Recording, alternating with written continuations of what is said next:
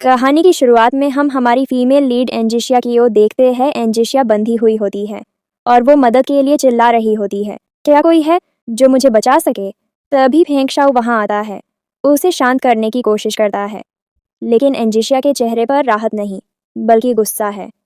वह उसे दूर धकेलते हुए कहती है, तुमसे दूर रहो, यहाँ तक कि वह उसे छुरा भोंप देती है, ये कहते हुए, जब कोई तुम्हें छुरा घोंपे तो हिलना नहीं चाहिए। उसका यकीन है कि फेंगशाओ ने ही उसके माता पिता को मारा है। फेंगशाओ अपनी आखिरी सांसों में कहता है कि वह उस इल्ज़ाम के लिए तैयार है और जीशिया की गोद में सर रखकर दम तोड़ देता है। तभी असली खलनायक फेंग जॉनजे और एंग मैनशुए वहां पहुंचते हैं। जॉनजे ताली बजाता है और एंजिशिया को धन्यवाद देता है कि उसने उसकी एक बड़ी समस्या हल कर दी। फिर वह उसकी जान लेने की बात कहता है। मैनशुए खुलासा करती है कि उसके माता पिता को जॉन जे ने मारा था क्योंकि वह उससे प्यार करती है। यह सुनकर जीशिया की दुनिया हिल जाती है। उसे एहसास होता है कि उसने कितनी बड़ी भूल की है। वह मर चुके फेंगशाओ से रो रो कर माफ़ी मांगने लगती है, लेकिन अब पछताए क्या हो।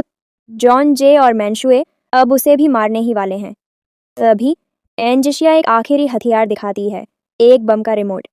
वह चिल्लाती है, अगर यह मर गया तो तुम दोनों को भी उसके साथ जाना होगा। एक भीषण धमाका होता है और सब कुछ खत्म हो जाता है। अगले ही पल जीशिया की आंखें खुलती हैं। वह खुद को फेंगशाओ के घर के अपने कमरे में पाती है। उसे समझ में आता है कि वह उसी वक्त में वापस आ गई है जब वह जॉनजे के साथ भागने वाली थी। अब उसे अपने पिछले जन्म की हर बात याद है। जब जॉनजे उसे लेने आता है तो इस बार जीशिया का रवैया बिल्कुल बदला हुआ है। वह उसके कपड़े वापस फेंक देती है। तभी फेंगशाओ आता है। जीशिया उसे देखते ही दौड़कर उससे लिपट जाती है, आंसू बहाते हुए कहती है, तुम जिंदा हो, मैं कितनी खुशनसीब हूँ। फेंगशाओ हैरान है। वह समझ नहीं पा रहा कि जो लड़की कल तक उससे नफरत करती थी, वह आज इतने प्यार से क्यों मिल रही है। और वो उससे उठा के बाथरूम में लेके जाता है। उसे लगता है कि यह कोई नई चाल है, लेकिन जीशिया उसे विश्वास दिलाती है, मैं कोई ट्रिक नहीं कर रही, मैं तुम्हें कभी छोड़कर नहीं जाऊंगी। वह उसे किस करके अपने सच्चे प्यार का इजहार करती है। इसके बाद जीशिया हर पल उसके करीब रहने की कोशिश करती है। वह उसे अपने पास सोने के लिए राजी कर लेती है। दूसरी ओर फेंगशाओ जानता है कि जॉनजे कंपनी में सत्ता हथियाना चाहता है। जीशिया के प्यार के कारण वह चुपचाप वह पद जॉनजे को दे देता है, लेकिन जीशिया के लिए बनवाई शादी की अंगूठी फेंक देता है, क्योंकि अब उसे लगता है कि उसकी ज़रूरत नहीं रही। आखिरी दृश्य में जीशिया आराम से सो रही होती है। फेंगशाओ उसे देखता है और प्यार से मुस्कुराता है। जीशिया उसे अपने पास खींच लेती है। वह सोचती है, अब तुम मेरे से दूर नहीं भाग सकते, और फेंगशाओ उसे झूठी कहकर प्यार से गले लगा लेता है। जीशा डाइनिंग टेबल की ओर जाती है। उसका दिमाग घूम रहा है। वह सोचती है, शाओ बेवफाई का नाटक करता है, मानो उसे मेरी कोई परवाह ही नहीं, लेकिन उसने मेरे लिए नाश्ता तैयार करवाया है। इसके बाद बेडरूम का दृश्य है। जीशा अतीत के ख्यालों में खोई बैठी है। तभी मेनशुए आती है और उसका हाथ पकड़कर चिंतित स्वर में पूछती है, मैंने सुना तुमने अपनी कलाई काट ली थी। मैं और जोंजी तुम्हारे लिए बहुत परेशान थे। लेकिन जीशा का दिमाग फिर से उस पल में चला जाता है जब मेनशुए उससे कह रही थी, तुम तो इस परिवार की असली बेटी हो और मैं सिर्फ एक गोद ली हुई लड़की हूँ। मेरे होने या न होने से किसी को क्या फ़र्क पड़ता है। कंपनी के शेयर भी तुम्हारे पास मेरे से ज़्यादा हैं। लोग तुम्हें ही ज़्यादा क्यों पसंद करते हैं। फिर मिनशुए ने उसकी ठोड़ी पकड़कर कहा था, जीशा तुम चली जाओ, तुम्हें तो हमेशा से उसके साथ मरना अच्छा लगता है ना। और यह कहकर उसने ज़ोर से उसका सिर पटकना शुरू कर दिया था। इन यादों में डूबी जीशा को मिनशुए हिलाकर पूछती है, तुम क्या कर रही हो। जीशा अचानक चौंककर अपना हाथ छुड़ा लेती है। उसकी आंखों में एक अजीब सा क्रोध है। वह मेनशुए की ओर बढ़ती है और अचानक उसे एक जोरदार थप्पड़ मारती है। मेनशुए चीखती है, बहन तुमने मुझे मारा क्यों। जीशा ठंडे स्वर में कहती है, क्योंकि तुम और जोंजी दोनों ही धोखेबाज हो। उसके मन में विचार आता है, इन दोनों ने ही मेरे माता पिता को मार डाला। यह सोचकर वह मेनशुए को एक और थप्पड़ मारती है। यह तो सिर्फ शुरुआत है, मैं तुम्हारी जिंदगी को मौत से भी बदतर बना दूंगी। मिनशुए गुस्से में चिल्लाती है, जीशा, अब बहुत हो गया। तुम्हारी इतनी हिम्मत की तुम मुझ पर हाथ उठाओ।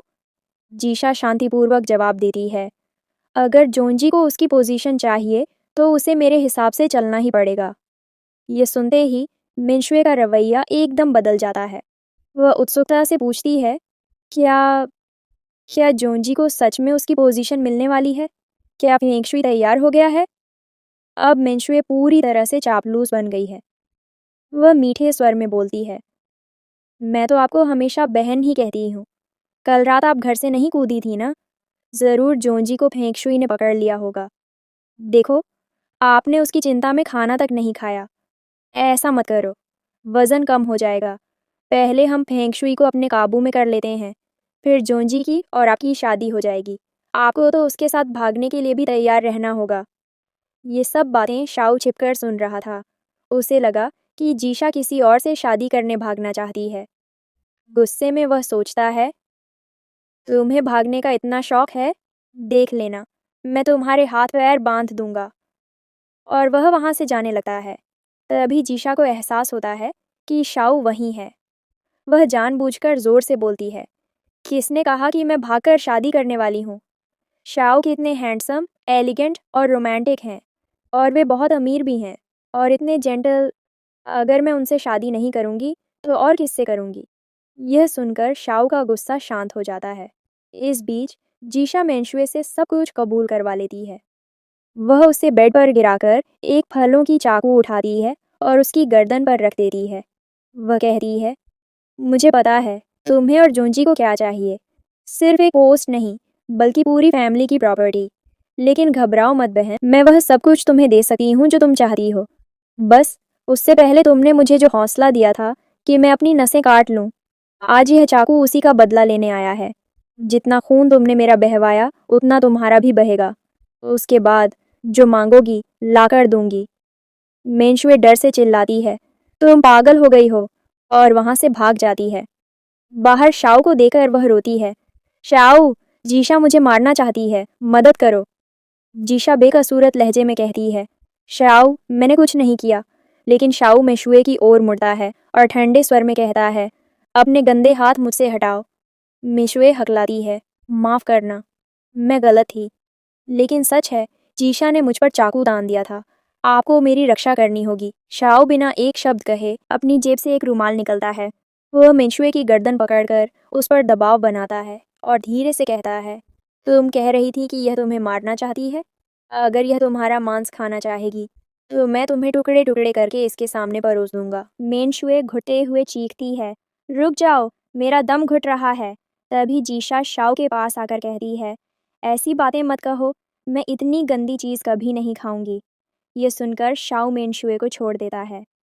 मेनशुए के दिमाग में बस एक ही विचार चक्कर काट रहा है, ये दोनों पागल हैं।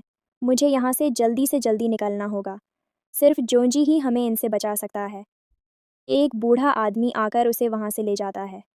जीशा मन ही मन सोचती है, तुम और मेनशुए अब बस मेरा इंतज़ार करो। इसके बाद शाओ जीशा की ओर मुड़ता है। वह उसे प्यार से अपनी गोद में उठाकर बिस्तर पर बैठा देता है। फिर वह नीचे झुककर उसके लिए जूते लाता है और धीरे से उसके पैरों में पहनाने लगता है। वह कोमलता से डांटते हुए कहता है, तुमने जूते क्यों नहीं पहने? ठंड लग जाएगी। जीशा उसकी इस कोमलता में खो सी जाती है। शाओ चुपचाप खड़ा था। उसकी नज़रें जीशिया पर थीं, जो अपने शब्दों में उलझी हुई लग रही थीं। उसने हिम्मत जुटाई और बोली, शाओ, मैं मैं तुम्हें पसंद करती हूँ। ये कहते हुए उसकी आंखें नम थीं। मैं तुमसे शादी करना चाहती हूँ, तुम्हारे साथ हमेशा के लिए रहना चाहती हूँ। और अब मैं वो हर एक चीज़ सुधारना चाहती हूँ जो मैंने अपनी ज़िद और गलत फहमियों में आकर बिगाड़ी थी। शाओ का चेहरा एक भावनाहीन मुखौटे की तरह था, लेकिन उसकी आंखों की गहराई में एक तूफान चल रहा था। उसकी आवाज़ धीमी, लेकिन हर शब्द पर जोर देने वाली थी। चीशिया, आखिरकार, अब तुम ऐसा क्या कर सकती हो? कोई ऐसा जादू की छड़ी जो मेरे टूटे हुए विश्वास को जोड़ दे? मैं अपनी तरफ से पूरी कोशिश करूंगी, जीशिया ने कहा। उसकी आवाज़ में एक याचना थी। यह सुनना था कि शाओ का वह मुखौटा टूट गया। वह अचानक से उठ खड़ा हुआ। उसके हाव भाव में एक आक्रामकता आ गई। कोशिश? उसने एक कड़वी हंसी हंसी। क्या तुम सच में भूल गई हो कि तुमने मेरे साथ क्या किया था?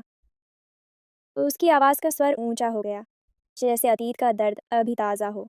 वह दिन याद है जब मैं तुम्हारे पैरों में वो जूते पहना रहा था? तुमने कैसे एक झटके में अपना पैर पीछे खींच लिया था, जैसे मैं कोई कीड़ा मकोड़ा हूँ। तुमने चीख कर कहा था, मुझे टच मत करो। उसने एक ड्रामाई पॉज लिया, जीशिया के चेहरे पर शर्म और पश्चाताप के भावों को उभरने दिया।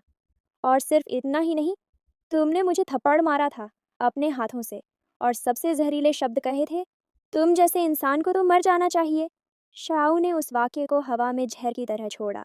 और आज आज तुम मुझसे शादी और हमेशा साथ रहने की बात कर रही हो। जीशिया, तुम्हें क्या लगता है मैं क्या हूँ?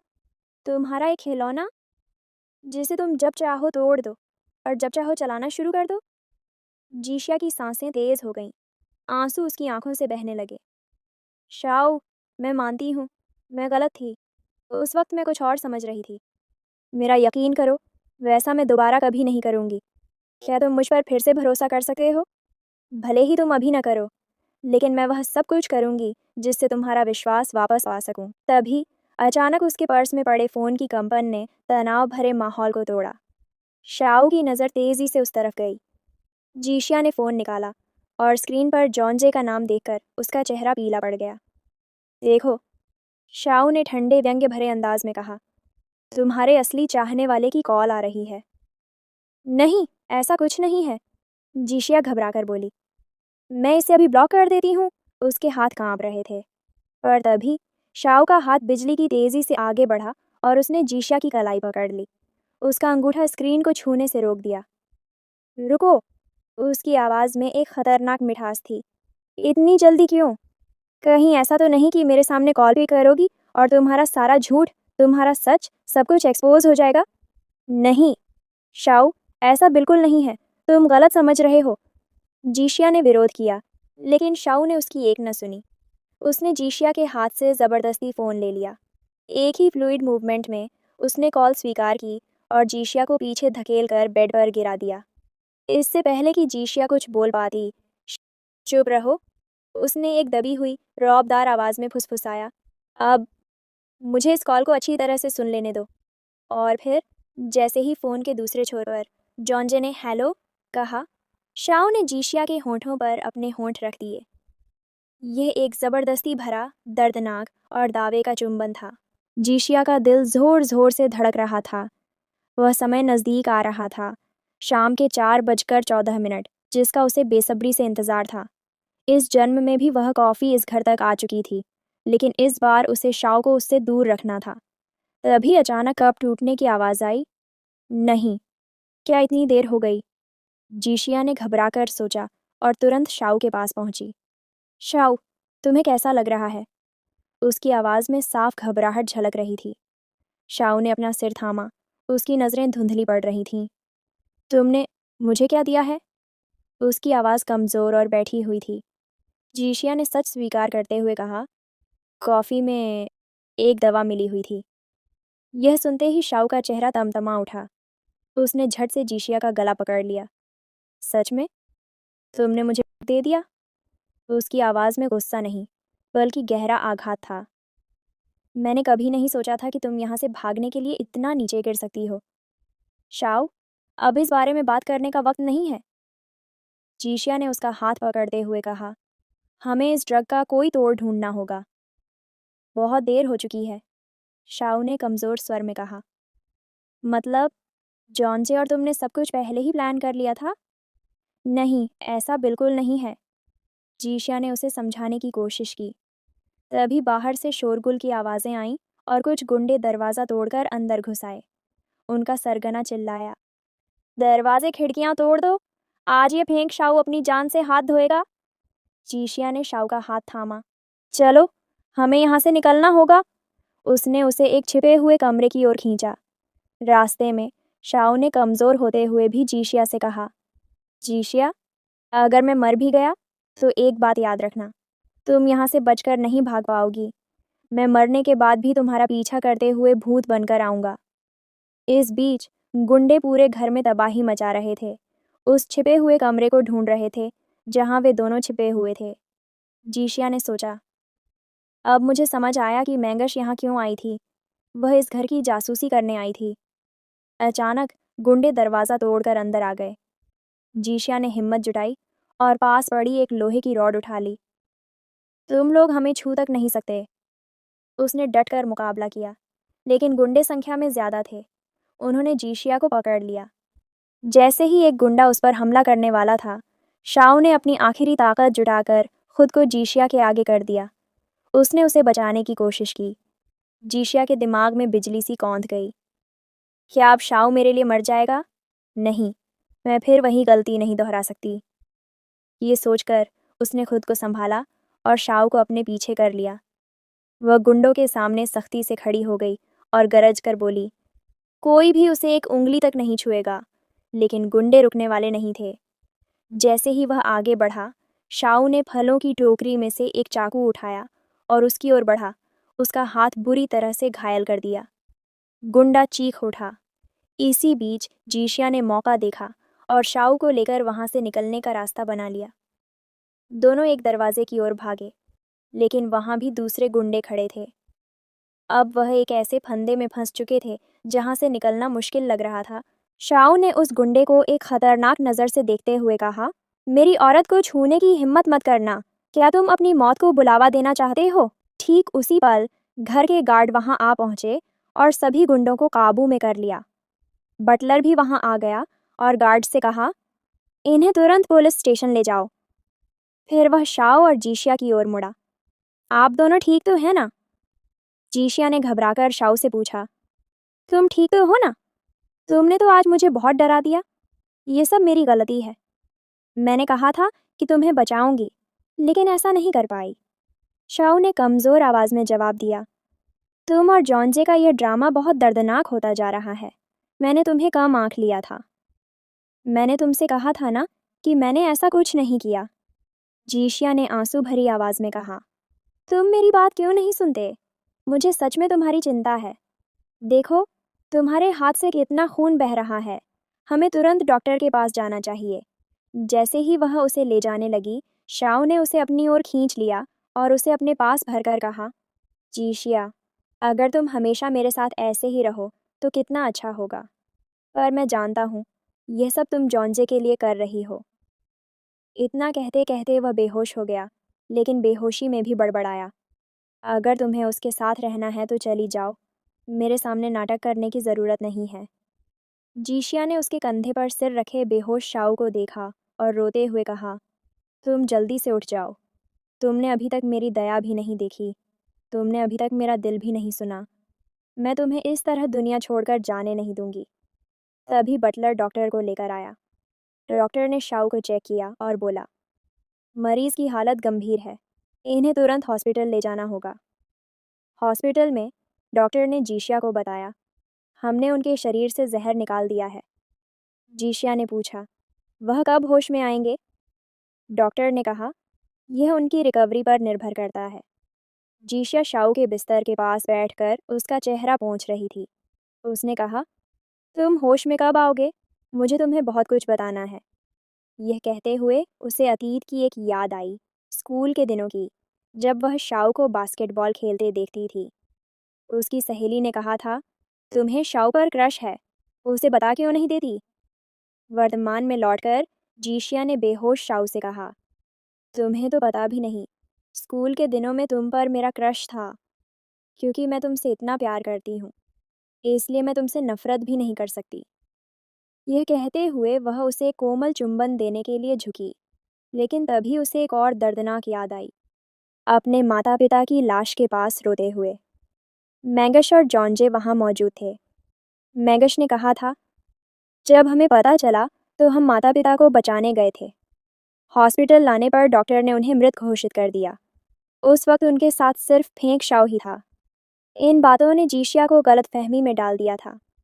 उसने सोचा था कि फेंक शाओ ने ही उसके माता पिता को मारा है। उसने प्रतिज्ञा की थी, मैं फेंक शाओ को अपने हाथों से मारूंगी। जॉन्जे ने उस समय कहा था, तुम्हें इतना कठोर नहीं होना है। मैं तुम्हारी बदला लेने में मदद करूंगा। मेरे पास एक प्लान है। यह सब याद करके जीशिया की आंखों में आंसू आ गए। उसने शाओ का हाथ थाम लिया और फुसफुसाया, मैंने बहुत बड़ी गलती की थी। तुम जल्दी से ठीक हो जाओ, तुम्हें सच्चाई पता होनी चाहिए। जीशिया शाओ के बिस्तर के किनारे बैठी उसका चेहरा देख रही थी। आंसू उसकी आंखों में छलक रहे थे। तुम कब तक इस तरह बेहोश पड़े रहोगे? उसने फुसफुसाते हुए कहा, तुम्हें इस तरह देखना बिल्कुल अच्छा नहीं लग रहा। तुमने तो मेरे लिए अपनी जान ऑलमोस्ट खो ही दी थी। यह कहकर वह उठी, आंसू पोंछे और कमरे से बाहर निकल गई।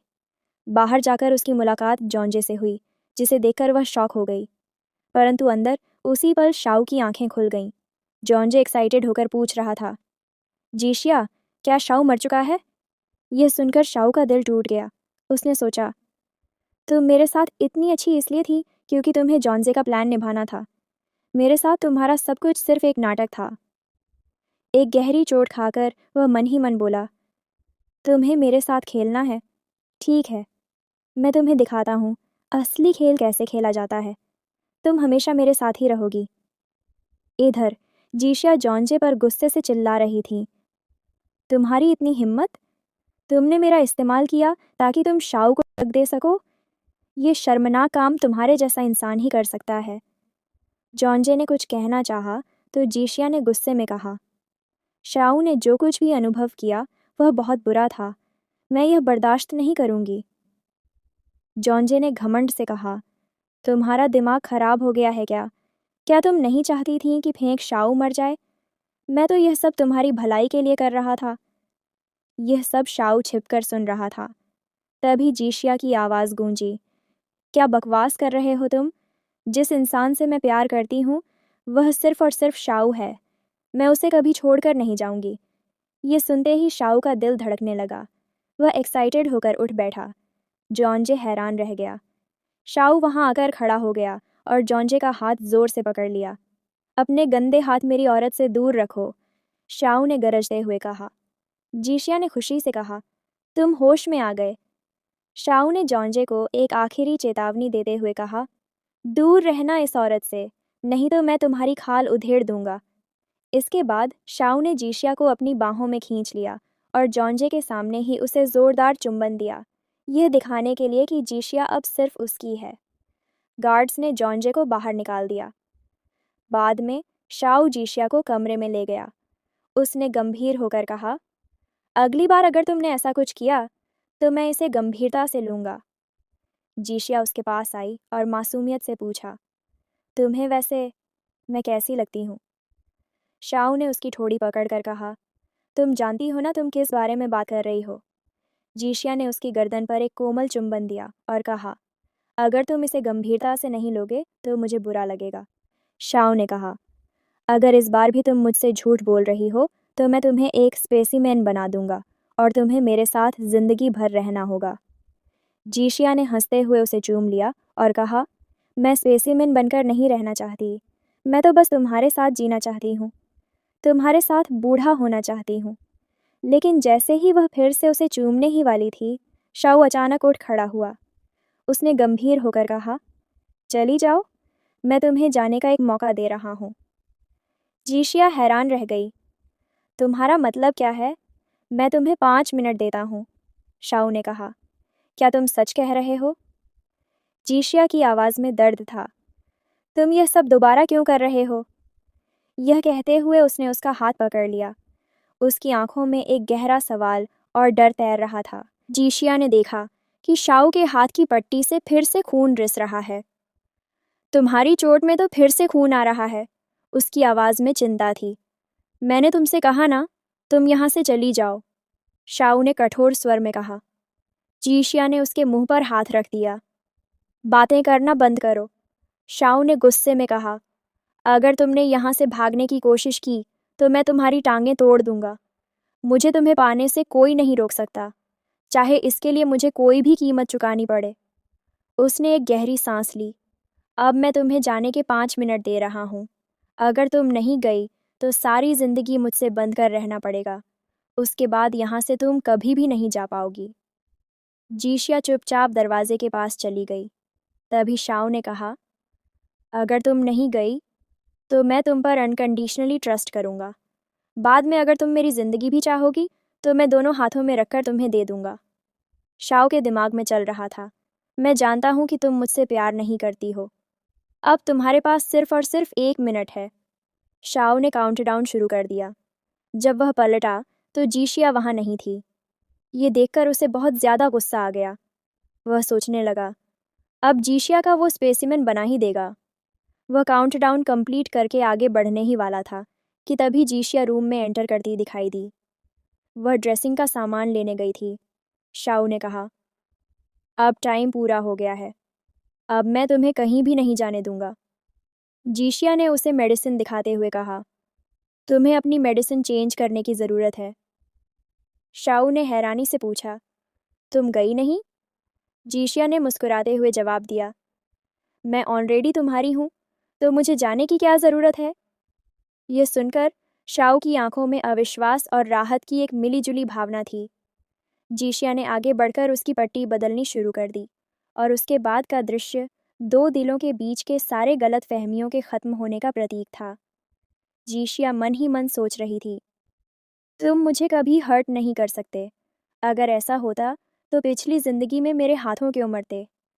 वो धीरे धीरे शाओ के पास जाकर उसके घावों की ड्रेसिंग करती है और चिंता से कहती है, ये चोट बहुत गहरी है, अगर थोड़ी भी लापरवाही की होती तो पता नहीं क्या हो जाता। अब से खुद पर बिल्कुल ध्यान देना। शाओ आधी नींद में बुदबुदाता है, जीशिया, मुझे छोड़कर मत जाना। जीशिया उसका हाथ पकड़कर मुस्कुराती है, मैं तुम्हें क्यों छोड़कर जाऊंगी, मुझे तो तुम्हारी दुल्हन बनना है, दुनिया की सबसे खूबसूरत शादी की ड्रेस पहननी है और सबको बताना है कि मैं सिर्फ तुम्हारी हूँ। वो एक मार्कर उठाकर शाओ की उंगली पर रिंग ड्रॉ कर देती है और अपनी उंगली पर भी। फिर प्यार से कहती है, इसे मेरा प्रपोजल समझना। अब हम दोनों ने ही रिंग पहन ली है। थक कर वो उसी के पास सो जाती है। सुबह शाओ उठता है और अपनी उंगली पर बनी रिंग देखकर मुस्कुराता है। वो फुसफुसाता है, अगर तुमने ना जाने का फैसला कर लिया है तो मैं भी तुम पर दोबारा भरोसा करने को तैयार हूँ। हम साथ में एक खूबसूरत ज़िंदगी जिएंगे। थोड़ी देर बाद जीशिया अचानक कह देती है, शाओ, चलो शादी कर लेते हैं। शाओ हैरान होता है लेकिन मान जाता है। दोनों सिविल अफेयर्स ब्यूरो पहुंचते हैं। फ़ोटोशूट होता है, मैरिज सर्टिफिकेट मिलता है। जीशिया कहती है, ये फ़ोटो लाइफ में सिर्फ एक बार का मौका है, इसे परफेक्ट होना चाहिए। और आखिरकार शाओ भी मुस्कुरा देता है। हम देखते हैं वो कार में बैठकर वहाँ से जा ही रहे थे। तभी जीशा उसे कहती है, मुझे अभी पता चला है कि शेयर मार्केट में नया कॉन्ट्रैक्ट आया है जो उसे जाकर लाना होगा। इस पर ऐश कहता है, हम उसे बाद में जाकर ले लेंगे। फिर यहाँ पर जीशिया कहती है, नहीं, वो मेरे पेरेंट्स से बिलोंगिंग है, मैं चाहती हूँ कि मैं जाकर उसे खुद से लेकर आऊँ। यहाँ पर वो उसका हाथ पकड़ती है और कहती है, प्लीज़ मुझे जाने दो, मैं तुमसे वादा करती हूँ कि अंधेरा होने से पहले लौट आऊँगी। तुम्हें मेरी बहुत ज़्यादा फिक्र है तो किसी को भेज दो जो मेरा पीछा करे। यहाँ पर शो भी जीशा से कहता है, ठीक है, तुम जाओ लेकिन टाइम से आ जाना। वहाँ पर जीशा उसके चीक्स पर किस करती है और कहती है, मैं टाइम से आ जाऊँगी और तुम्हारे साथ ही डिनर करूँगी। बटलर कहता है, मुझे समझ में नहीं आ रहा मैडम कहाँ गई है, और सेक्रेटरी से बोलकर उसका पीछा करवाने के लिए बोलता है। सीन में हम ऐश को देखते हैं जो अपना मैरिज सर्टिफिकेट देखकर खुश हो रहा था। हम देखते हैं उसको एक कॉल आती है जिसे सुनकर के वो एकदम से शॉक्ड हो जाता है। सीन में हम जॉन्जे और मैगज को देखते हैं। ऑफिस में वो दोनों एक दूसरे के क्लोज आ रहे थे। वहाँ पर जीशिया के मॉम डैड के पिक्चर से उनको कुछ दिक्कत होती है। तभी वह उनको ज़मीन पर फेंक देते हैं। कहते हैं, चलो हम दोनों फिर से कंटिन्यू करते हैं। यहाँ वो अंदर की तरफ चले जाते हैं। फिर हम जीशा को देखते हैं। जब वो ऑफिस में एंटर करती है तो अपनी मॉम डैड की पिक्चर को ज़मीन पर गिरा हुआ आती है। वो उसको बहुत ज़्यादा रिस्पेक्टफुली उठाकर रखती है और सोचती है, ये सब कुछ किसने करा होगा। वो अपनी मॉम डैड की पिक्चर को देखकर इमोशनल भी हो रही थी, पर वो अपनी पास्ट लाइफ का सीन भी याद कर रही थी जहाँ पर मैग्जवे और जॉनसे ने उसको कैसे विट्रे करा था। वहाँ पर अंदर के रूम से उसको मैग्जे और जॉनजे की आवाज़ें आ रही थीं। वहाँ पर उसको बहुत ज़्यादा गुस्सा आ जाता है और वह एक मोटा सा हथियार उठाकर उनके रूम की तरफ जाती है। वहाँ पर तो वो अचानक से उसको वहाँ पर देखकर एकदम से खड़े हो जाते हैं। और जॉन जे जीशा को समझाते हुए कहता है, असल में हम दोनों एक दूसरे के साथ कुछ भी नहीं कर रहे थे, यहाँ पर कुछ गलत समझ रही हो। पर जीशा उसे कहती है, जॉन जे, तुम्हें जो कुछ भी करना है यहाँ पर मत करो प्लीज़। यहाँ पर जॉन जे उसे कहता है, जीशिया तुम मुझे गलत समझ रही हो, मेरा यकीन करो, मैं अभी भी तुमसे प्यार करता हूँ। पर जीशा उससे कहती है, ओह, तो तुम्हें वश रिड्यूस कर रही थी। कैसा रहेगा कि मैं इसको यहाँ पर पनिश करूँ। पर जो वो हथियार लेकर आई थी उसकी गर्दन के पास लेकर आती है, कहती है, चलो इसको ख़त्म ही कर देती हूँ। पर मैगशिश कहती है, जीशिया तुम पागल हो गई हो क्या। पर जीशिया कहती है, मैं पागल हो गई हूँ, हाँ, ये जॉन जे की वजह से है। मैगजी कह रही थी, जॉन जे प्लीज़ मुझे बचा लो। अगले सीन में हम शो को देखते हैं जो कार से उसी बिल्डिंग के बाहर आता है। पर सेक्रेटरी उसको इन्फॉर्म करता है मैडम अंदर ही है। मंगशू की तो जान पर ही आई हुई थी। जॉन जे जीशिया से कह रहा था कि अपने गुस्से की एक लिमिट रखो। आफ्टर ऑल मंगशू तुम्हारी सिस्टर है। वहाँ पर जीशिया वो नाइफ जॉन जे की तरफ कर लेती है, कहती है, ओह, तुम भी जानते हो कि यह मेरी सिस्टर है। यहाँ पर जॉन जे मैगशो को अपनी तरफ करता है और कहता है, मैं जानता हूँ कि तुम मुझसे प्यार करती हो और मुझे फॉलो करती हो, लेकिन देखो, अब मैं मैंगश को पसंद करता हूँ। इस पर जीशिया उससे कहती है, जॉन जे तुम्हें पसंद कौन करता है, अब सिर्फ फेंग शाओ को पसंद करती हूँ मैं। यहाँ पर वो मैगशो से कहती है, मैंगश मैं तुम्हें अपनी सिस्टर नहीं समझती, चलो एन फैमिली से निकल जाओ। वहाँ पर जॉन जे जब इसकी वजह पूछता है तो वो बताती है, क्योंकि हमारी फैमिली की अडॉप्टेड डॉटर है, अब मैं इसको अपनी फैमिली से निकालती हूँ। मैं ये अनाउंस भी कर दूँगी कि ये एक भिखार है और इसको एन फैमिली ने अडॉप्ट कर लिया था। यहाँ पर जॉन जे उसे कहता है, जीशिया अब तुम्हारा बहुत ज़्यादा हो रहा है। यहाँ पर जीशिया एक डॉक्यूमेंट दिखाते हुए कहती है, ये एक अपॉइंटमेंट का डॉक्यूमेंट है। यहाँ पर जैसा मैं कहती हूँ, अगर तुमने वैसा नहीं किया तो मैं इसको जला डालूंगी। यहाँ पर मैगशोर जॉन जे का हाथ पकड़ती है और कहती है, तुम इसकी बात नहीं मानोगे ना। फिर यहाँ पर जॉनिश तो मैगशोर को एक साइड कर देता है, कहता है, मैगश, मैंने तुम्हें पहले नहीं बताया था क्या, शायद अब तुम्हारा सैक्रिफाइस करना नेसेसरी हो गया है। और वो उससे पूछती है, तुम्हारा मतलब क्या है। यहाँ पर तो वो मैगशो के बेड पर पटक देता है और जीशिया से कहता है, ये डॉक्यूमेंट तुमने मुझे दे दिया तो इस वुमेन को तो मैं फेंक ही दूंगा। जीशिया मैंगश से कहती है, देख ली तुमने अपनी औकात, पीस ऑफ पेपर के बदले तुम्हें ट्रीट किया जा रहा है। मैंगश जोनजे का पैर पकड़ लेती है और कहती है, अब तुम यह क्या कर रहे हो, तुम इस तरीके से मुझे ट्रीट करोगे। जॉन जी तो यहाँ पर उसको एक थप्पड़ मार देता है। यहाँ पर मैगशिया भी उठकर उसको एक थप्पड़ मार देती है। यहाँ पर वह उसको फिर से बेड पर पटक देता है। यहाँ पर जीशिया तो ये सब कुछ देखकर काफ़ी ज़्यादा एंजॉय कर रही थी। यहाँ पर वो मैगजोर से कहती है, तुम्हें तुम्हारी औकात का अंदाज़ा तो हो रहा होगा ना।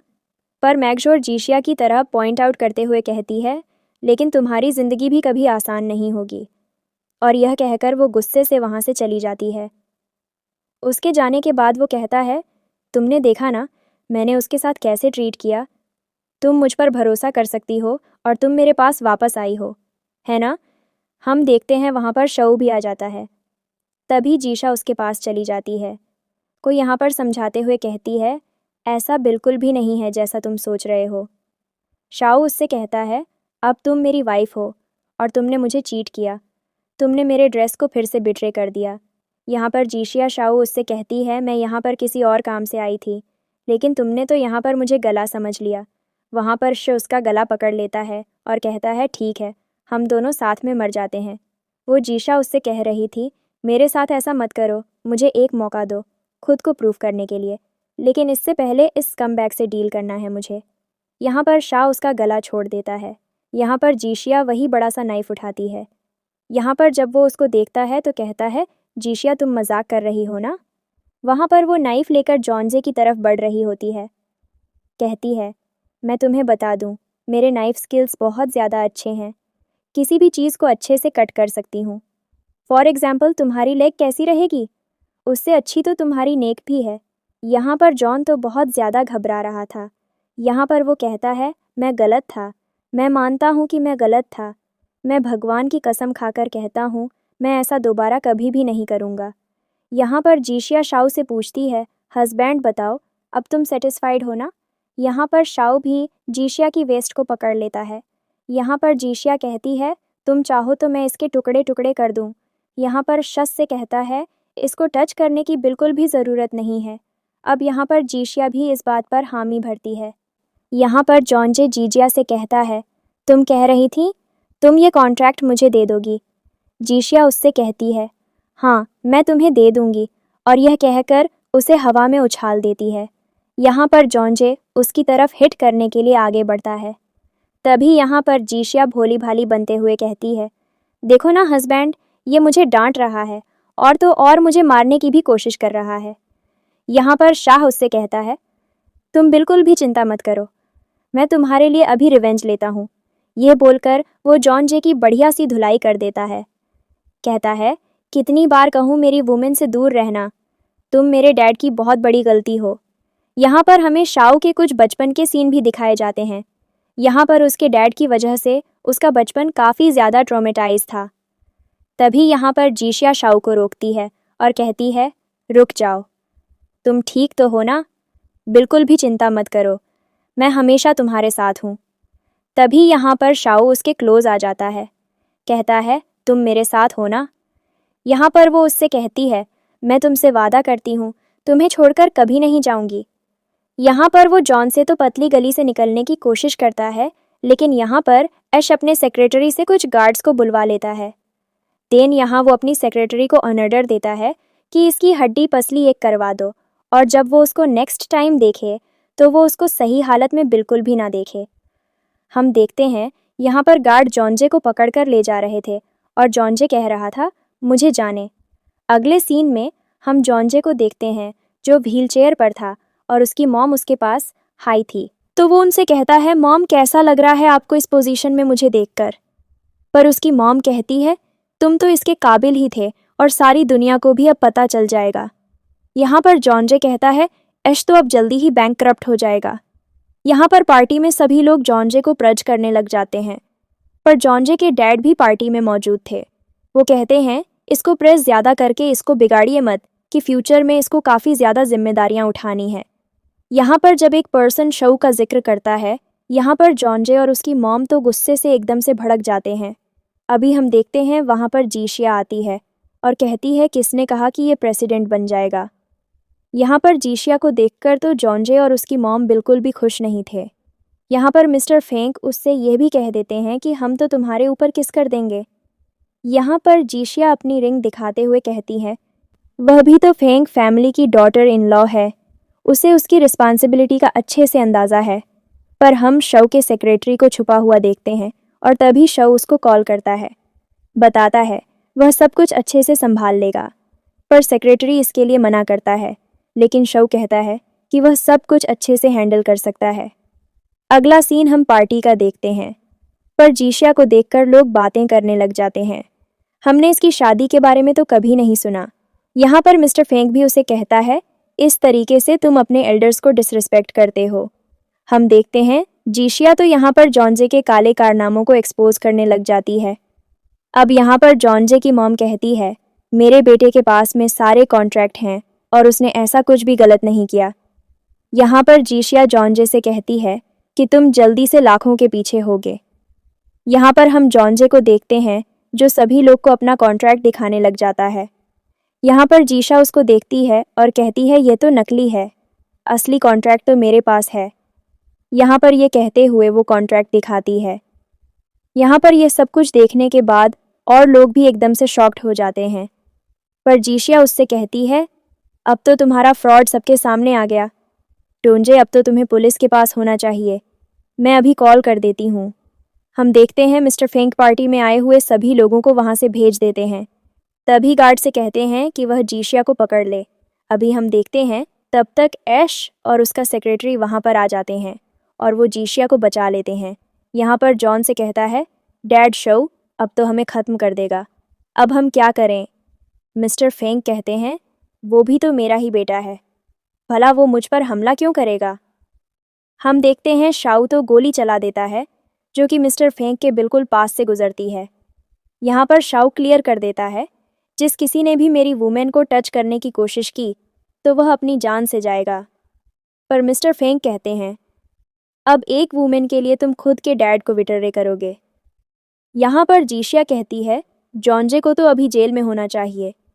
यहाँ पर मिस्टर फेंग तो शाओ को बहकाने के लिए उससे मीठी मीठी बातें करने लग जाते हैं। यहाँ पर शाओ जॉन की तरफ कुछ डॉक्यूमेंट्स फेंक कर मारता है और कहता है, तुम्हारे फ्रॉड के बारे में मुझे सब कुछ पता चल चुका है। वो उनको फाड़ देता है। तो यहाँ पर शो कहता है, कितने फाड़ोगे? इनकी तो हज़ारों कॉपीज़ हैं। यहाँ पर जीशिया भी जॉन्जे से कहती है, अब तो तुम्हारी ज़िंदगी बर्बाद हो चुकी है। यहाँ पर जॉन्जे कहने लग जाता है, शो इस पर बिल्कुल भी भरोसा मत करो, ये तुम मुझे पसंद करती है। जीश उसे कहती है, तुम्हें अपने सपनों में भी पसंद न करूं। ऐसी बकवास बातें तो किसी और के सामने करना। अभी हम देखते हैं वहाँ पर पुलिस आ गई थी और वह जॉन्जे को पकड़ कर ले जाती है। हम देखते हैं सबके जाने के बाद शव वहाँ पर जीशिया को एक्यूज़ करता है। तभी यहाँ पर जीशिया शव को वही बॉक्स दिखाती है जिसमें वो लेटर रखा था। इसमें तो शव की पूरी फ़ोटो एल्बम रखी हुई थी। यहाँ पर जीशिया उसको बताती है, तुम्हें पता भी नहीं है कि मैं तुम्हें कब से पसंद करती हूँ। यहाँ पर शव को तो इन बातों पर यकीन ही नहीं आता और वो कहता है, क्या मैं सपना देख रहा हूँ? यहाँ पर जीशा उसे कहती है, नहीं ऐसा नहीं है। अगर मैंने तुम्हें गलत नहीं समझा होता तो हम और ज़्यादा खुशी से रह रहे होते। पर शव जब जीशा की बातें सुनता है तो उसे हक कर लेता है। पर जीशा कहती है, मेरा ही फॉल्ट है, मैंने तुम्हें गलत समझा। पर ऐश कहता है, मैं कसम खाकर कहता हूँ मेरे बारे में तुम्हें कभी भी कुछ गलत फहमी नहीं होगी। पर जीशा ऐश कहती है, हम दोनों इस ज़िंदगी में एक दूसरे के साथ तब तक रहेंगे जब तक हम दोनों बूढ़े नहीं हो जाते। यहाँ पर शव भी इसकी इस बात पर हामी भर देता है। फिर हम जॉन्जे को देखते हैं जिसको पुलिस पकड़कर ले जा रही थी, लेकिन वो पेट दर्द का बहाना करता है। तभी उसको हॉस्पिटलाइज कर दिया जाता है। हम हॉस्पिटल का सीन देखते हैं। यहाँ पर जॉन्जे पुलिस की नज़रों से बचकर हॉस्पिटल से भाग जाता है। अगले सीन में हम जीशिया और शव को देखते हैं। यहाँ पर जीशिया शव से कहती है, मैं अभी थोड़ी देर में आती हूँ। पर शव जीशिया से जब किस करने के लिए कहता है तो वो भी उसको किस कर देती है। एंड वो बिल्डिंग में अंदर चली गई थी। हम देखते हैं वह वॉशरूम में अपना टचअप कर रही होती है। तभी यहाँ पर जॉन से मास्क लगाकर आ जाता है। हाँ, तो वह जीशिया को बेहोश करके अपने साथ ले गया था। फिर हम शव को कार में देखते हैं। तभी उसे इन्फॉर्म किया जाता है कि जीशिया को किडनैप कर लिया गया है। पर वो उसको तुरंत बिल्डिंग में ढूंढने के लिए जाता है। लेकिन यहाँ पर जॉन्जे तो उसको डस्टबिन में रखकर ले जा रहा था। अगले सीन में हम जीशिया को एक जगह पर बंधा हुआ पाते हैं। यहाँ पर जॉन्जे उसके पास आता है और कहता है, अब तुम नहीं बच सकती। यहाँ उसकी गर्दन पर नाइफ भी रख लेता है। उससे कह रहा था, तुमने तो मेरी जिंदगी को बर्बाद कर दिया। हम देखते हैं शिव वहाँ पर गन लेकर पहुँच गया था। वो जॉन से कहता है, छोड़ दो उसे। जब उसे कहता है, तुमने एक कदम भी आगे बढ़ाया है तो मैं उसकी गर्दन काट दूंगा, तो अभी के अभी अपने हाथ की बंदूक को नीचे रख दो और मेरे सामने नील डाउन हो जाओ। पर शव भी जॉन्जे के कहे अनुसार नील डाउन हो जाता है।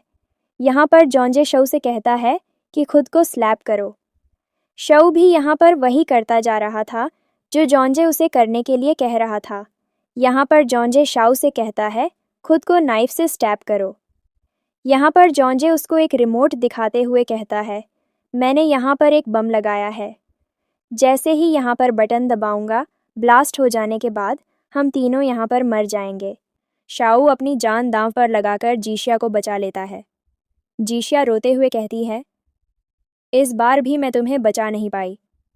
शाओ उसका चेहरा थाम कर कहता है, जब तक हम साथ हैं हमें कोई अलग नहीं कर सकता। हम जॉन्जे को देखते हैं जो लड़खड़ाते हुए कहता है, अभी भी कहानी ख़त्म नहीं हुई है। तभी हम देखते हैं वहाँ पर पुलिस भी आ गई थी जो कि जॉन्जे को पकड़कर ले जाती है। इसके बाद हम जीशिया और शो को साथ में देखते हैं और इसी के साथ ड्रामा की हैप्पी एंडिंग हो जाती है।